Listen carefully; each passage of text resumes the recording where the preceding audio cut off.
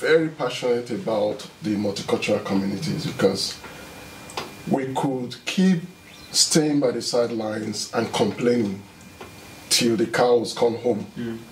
But until we get in there, really get in there, we may have already forfeited 2022 because really there's nothing much.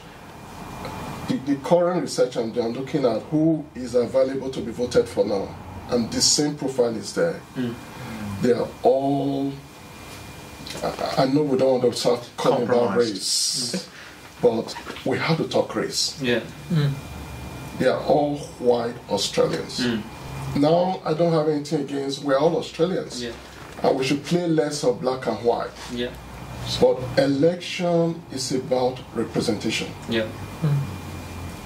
Going to the core of elections, why is it that to contribute to the percentage of parliament, they have equal representation from every state? And here we're talking about the bigger part of representation, which is I want to see people who can talk my language. 100%. So I think, is it, just to touch on that, so it's about restoring the faith of the government in for the people and the community and representing the people as a whole. And I feel as if, like you said, that it's a massive imbalance at the moment. So is there a slow transition or an action plan as far as getting these representatives from, whether it be your South Sudanese, your cultures and bits and pieces, to integrate them into a way into Parliament for the likes of the people? Is that something on the cards at the moment for 2022, really or is that really kind of? I haven't thought about this issue before because it's an issue of sort of typical white man in every seat.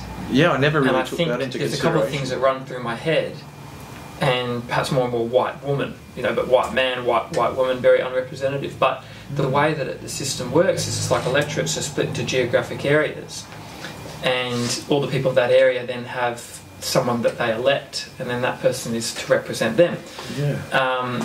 And so I guess perhaps these parties and that see it as a liability to put somebody up who's, say, South Sudanese or even Indigenous or anything like that, or even other things, all sorts of different demographics of people, because there's a very real phenomenon that they're playing to the biggest sort of the biggest mass appeal.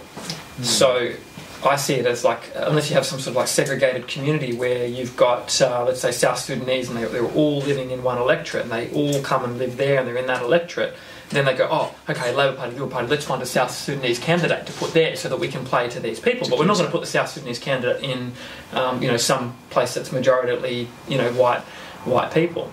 So I think it introduces this thing of like, while you've got, say, 250 people in Parliament, and you think, well, 30 of them should be this, and 25 of them should be this, broken down according to the population. Each individual person is a microcosm of a geographical area. Indeed. And so they sort of have to represent all that within themselves, and it opens up that whole thing of, it doesn't really allow the opportunity, I guess, for what you're talking about. Like, it does, but it's a phenomenon that I'd say would have these political parties go, well, we're only going to put someone who's South Sudanese in a seat that's predominantly South Sudanese so that we can get their vote on the basis of that this person's South Sudanese, they'll understand your culture, your religion, everything like that.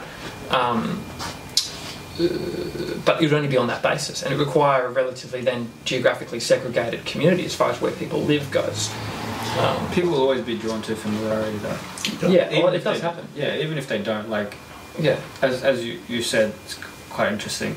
Why don't a lot of multicultural people vote? Because in all honesty, I think one of them would be like, I don't think I understand, number one, the value of the elections and what impact it has. I can talk myself. I didn't really see the election as a huge thing for years. Like I'm like, well, whatever. It's like no big deal. Just go tick a box and be end of it. And it's just like, and I grew up here. I spoke the language since I was young, and I can read and write. There's a lot of, if you look at my community, Habeshan community, a lot of them probably don't even know how to essentially read or understand or speak English. My parents don't know how to speak English at all.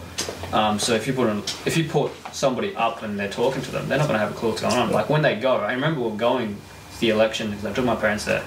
I don't know what they would have ticked. No idea. Yeah, and I think it comes back to your question. I think that is really strategic, and we have to think strategic. And I don't want this discussion to become we and them. It's Australia. Yeah, all one. We're all one. But the question is representation. And I'm careful with the words I use here because one of the quick things that will come out of this is tokenism. And like you said, because these people are black, they just put a black person and stamp to it. Yeah, and they'll see the face and go, oh, that's but they will do that. But they will. Yeah, they will do that, and you're right. But that's stupid, really. Yeah. We can transcend beyond that. We're not giving the best to the value of multiculturalism. 100%. I completely agree with yourself. I just thought it would be a quicker, more efficient, effective way of change, of beginning. But yeah, I think 100%. integrating communities is powerful, and then it's a case of, say, people like me and Brad, who white, we'd see, say, a South Sudanese person go, oh, I work with someone who's from South Sudan, I've been to school with someone who's South Sudan, I know people from South Sudan. Yeah. I'm going to vote for them just like I'd vote for, 100%. some white person. Like it is segregated in a sense, which is naturally how it's going to be. If I was to go, say, live in China or something, I'd be seeking to find Australian people who can speak my language, and here's where you go to get Australian food, and here's where you can go to do, English karaoke and things like that. Yeah, I mean, I know this topic is not just going to be all about cultural diversity of Parliament. But I think people need to be more educated. Coming back to the point of even the people you're trying to advocate for, do they see the value? I mean, part of doing this whole research, I realized that one of the barriers may be if you have to give up your citizenship. For example, I come from Nigeria. And one of the advantages of being an Australian is that I'm still able to keep my Nigerian passport. But we know what happened with politicians when some of them have to be stood down because of not declaring. Some of these cohorts we're talking about, culturally diverse people, where we come from, it's so deep that having to give that up could become a barrier. So I think that is one barrier already, but it's not significant. And for this cohort, it's a big thing. It's a big thing to increasingly be made to renounce sort of your root. So, but again, I still want to highlight, I don't think that's the biggest issue. I think it's more of ignorance, more of not appreciating the importance of being involved. And even if we leave us now, and I think that is where some of the conversation is going to go now, what about the next generation? How would our children, now I'm not excluding, we all are involved here, like I said, it's still one Australian, but for a young non-white, seeing the parliament year over year over year being largely white. Now it's not about the color issue.